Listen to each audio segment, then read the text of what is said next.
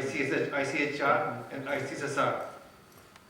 His research project on Qawwali in India by Sangeet Natak Academy and two innovation projects for Delhi University.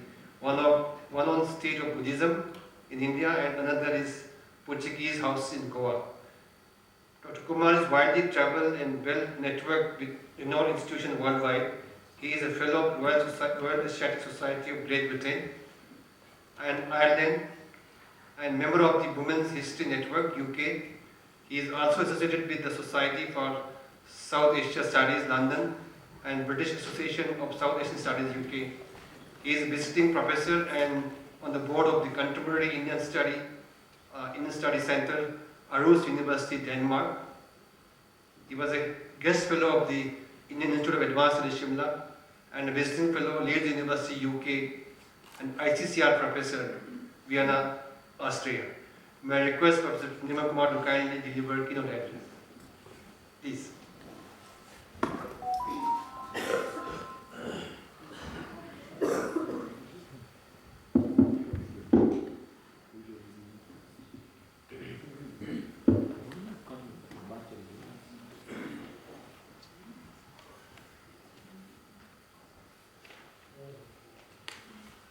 Ladies and gentlemen, good morning. Honorable Vice Chancellor and Director of this Institute, Professor Nageshwar Rao ji, I had this opportunity of meeting you a few days ago in Delhi, and Secretary Negi ji and my university colleague, Professor Negi, the organizers, Professor Manish Mishra ji, and of course my oldest Jaan Pehchan in this institute happens to be Negi ji, who was secretary for a very, very long time. I take this opportunity especially to thank the organizers like IIAS and Dr. Manish Mishra to have invited me to this August gathering of scholars on partition. My own work on partition has been very limited to films. I have worked on Indian history and I have worked on Hindi films. So I have done a book on India and Pakistan, partition and post-partition films, themes and films. I especially take this opportunity to thank my very old and good friends. It's a great pleasure to speak among people whom you know so well. Of course, one of them is like my younger brother and my son, Dr. Manish Mishra. He has been very, very loving and caring to me, and he has always given me the opportunity to take part in some of the very best organizations, some of the very best organized conferences that he had done all over India. And of course, my very, very close and old friend, Dr. Professor Ayub from Gwalior, a great scholar on his works on transgender and eunuchs, and he is one of the most important person working in this field. I take pleasure also having the honor of speaking in front of my very, very old Jaan Pehchan family person, Professor Shankar Sharan. I know him since ever, and he has been kind of a relative and a friend and a great scholar and ideologue. I'm speaking very, very limited on a particular theme that, you know, I'm not talking of you all are very great scholars of partition. I'm sure that in coming 2 days we'll be hearing a lot of scholarly lectures and papers from you on partition, different aspects of partition, which is very fascinating. Now, you know, I'm talking about that how is partition dead? The question is whether the partition is dead, or whether it is a living partition that we are living every day. My suggestion is that we are living the partition every day. I mean, even when the partition is over 1947, it continued. Then we had a constitution, then we had election, then we had planning commission, and then we had the trauma. I have lived for 30 years with a person who was next door neighbor to me in Delhi. His entire family he was an eye doctor. His whole family is an eye doctor, ophthalmologist, and he lost the entire family. He was studying in Amritsar and he went back to Lahore and he lost his brother, Taya, sister, everybody. 13 family members he lost. So when I was trying to argue against this violence and peace and things like that, he would say that you have not lost 13 people in one night. I have. And that is why this memory continues with me. That kind of memory which you have, You know, for a very, very long time, I think that you all know that in 1991, Government of India had banned the use of Pakistan in the films of India. If you look at these films which are made, Hindustan Ki Kasam and all, and there are a lot of films, Upkar, there's no name of Pakistan, Ek Padosi Milk, Hamara Dushman, but you never said Pakistan. So much of trauma. I remember having one of my colleagues' father, Professor Chaman Nahar, he was in English department. His daughter was my colleague, and he wrote a piece in Hindustan Times that in 1993, he died a few days later. Till 1993, no one talked about his sisters, two of the sisters who were abducted, killed, maimed, raped, whatever. They don't know anything about them. In 1993, they thought that we are getting old, let's do the Shraddh. That the first time at the dinner table, Professor Nahar, he said, he's written an article, you can Google it in Hindustan Times, and he said that first time we took the name of the two sisters, we did the Shraddh with the two girls. We don't know whether they are alive or dead, but they did the Shraddh because maybe after a few years we may die. So I'm talking of a living partition. Fortunately, unfortunately, I live in Delhi, where I have almost 60% of my students who come from the Pakistan side, Punjab. They all have memories of that. Their great-children, grandchildren, and great-grandchildren, and they still have memories of that trauma.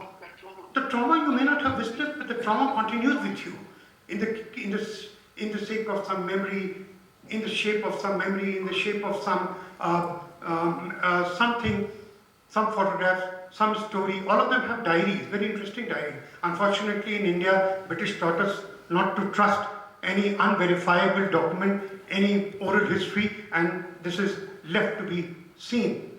Now, a couple of things which I want to say. One of them is that when we're talking of literature, and I'm talking of film, there is a kind of a chasm between them.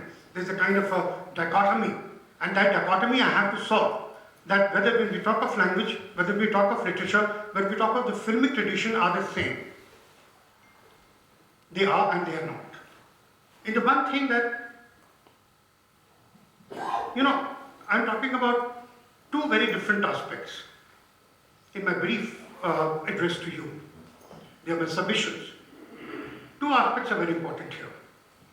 Whether a film can be made in a region, I'm talking about one region. I'm taking this discussion a little higher, talking whether, what is the language? Language is a dialect which has grammar and which has the literature. What happens to certain languages, I'll be giving example, and that is why I want to talk about it. Certain languages which do not have a grammar, do not have a established, verifiable literature, and still they might have a cinema. Is it possible? Generally, you don't jump that gun. You have a language, you have a dialect, then you have a grammar, and then you have literature, verifiable, established, respected literature in that language. So that means that language must be taught in school and colleges to become standardized. There is a standard. इस भाषा को इस तरह से बोलना है. And if that is not there, then what happens to the language? And still that language or the dialect gets a cinema, which in my, as a student of cinema, in my thing is happening today in India. The example that I'll give you is of the region where I come from. I come from Bihar, and in eastern UP and Bihar, you have a Bhojpuri cinema. We'll be talking about, I'll give example concerning Pakistan in that. And that's very, very surprising. That's very interesting thing. Second thing is, in the instant case, when you're talking about partition, in the instant case of partition, there is a need to argue for the film that have been made with no literary background. So the first thing is a language which doesn't have a language, which doesn't have a literature, which doesn't have grammar. Second thing is a region where, a need to argue for the film that have been made with no literary background. The post-partition generation with no direct or familial or historical memory of the trauma of partition created their own hyperbolic and larger canvas for the storytelling to attract younger post-partition films like Gadar, directed by Anil Sharma 2001 and 2023. They fall in this category. The film was based on partition, but the treatment had nothing to do with the somber sentiments of partition that was seen in Garam Hawa, MS Satyu 1974, or such movies. The subtle play later, which you see in Pincher, Chandra Prakash Dwivedi. Now, Brother 1 and 2 were made with a little cathartic communication with a real partition. It was a xenophobic partition that was very amusingly reflected in, we are talking about that one thing is the Gadar, that had nothing to do with the original partition and had everything with the partition. When you watch the film, it is not a document. You can't really write about partition based on this particular film because the maker, the actor, the story had almost nothing to do with the partition, which was a very, very traumatic experience for millions of people. And yet, I give another example. It was another xenophobic, this was with another films industry, there was xenophobic partition that was very amusingly reflected even in Bhojpuri cinema. That is why I was talking about the language not having grammar and all. Bhojpuri cinema, unrelated with Pakistan in any way. They were making Pakistan-centric discourses of Punjab. Films were based in Bihar.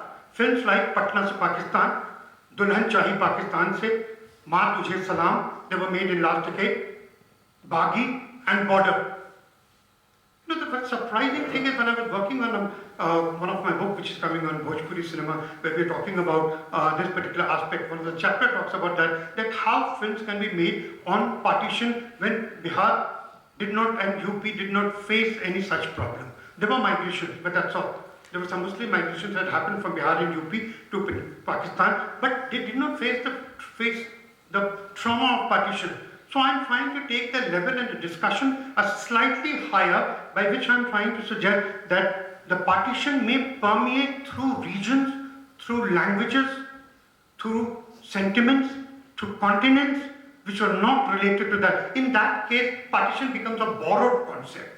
You internalize them without actually facing them. The people who specialize in psychology, sociology, they would be able to answer better than me, but we internalize certain concepts without experiencing them. I'll give you one or two examples a little later. Now, in this context, we need to see the phenomenon of films taking over the literary spaces of literature by creating a larger canvas, often bypassing the original literary work it was based on. One of my work in an edited book was on Usne Kaha Tha, an original story. Probably Hindi people would be knowing more than me, but the people who work with Hindi literature, Usne Kaha Tha was written by Chandradar Sharma Guleri in 1915, and the film was made and directed by Moni Bhattacharya in 1960. You know, when you say that, when you talk about the partition books, whether it's the Train to Pakistan, or whether it is Pinjar, whether it is Manto, the filmmaker takes advantages and cinematic licenses which sometimes cross the limits. Now, to the student of literature, I want to ask this question. When you read this story, which is in few pages, Usne Kaha Tha, everyone remembers the Lehna Singh, everyone remembers Teri Kurmai Ho Gayi, and the film is just a peg, just a small peg that starts with the story, and the whole story of 2 hours and 50 minutes goes on a tangent. It is completely different from the story.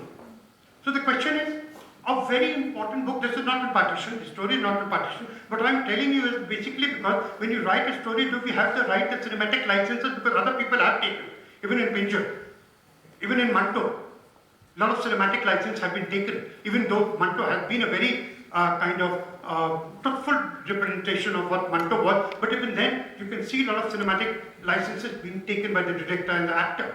Now, with the example of my own work, because I know a little about that, I don't know about other work, is that whether Usne Kaha Tha, that film had the right, and whether the maker had the right to take such licenses which goes to almost 95% of the film is nothing in the story. So that's what the question comes to our mind.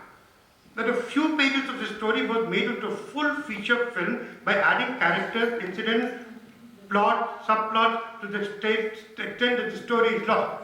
Somehow I felt that the same in some other movies also. Now the thing is that we are talking in terms of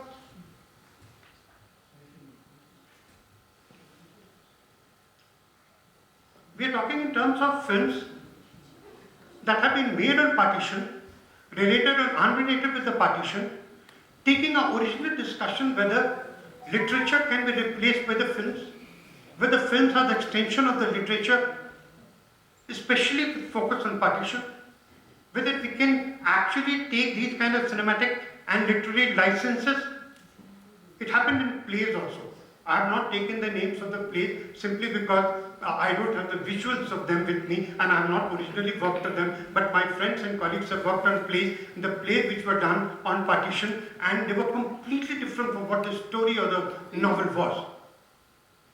Now, any discussion on partition cannot be complete without talking of Manto, Kushwant Singh, Tintu Pakistan, Amrita Preetam, Bisham Sani. But even in later decades, the partition was no longer a burning issue. That generation had already lived a life and probably trying to forget the partition. You have people like Salman Rushdie and Bapsi Sidhwa who were writing on partition. Bapsi Sidhwa from Pakistan and Salman Rushdie from India. They were writing on partition and making intervention, very important intervention as far as partition literature is concerned. My problem is that again, the same. The literature which was written some 30 years later, 40 years, 50 years after the partition that happened, is it a document? Is it a figment of imagination? The question would come to us again and again, will return back to us when we talk of the kind of subaltern study. All of us are familiar with subaltern studies, and subaltern study by 9th volume we started talking about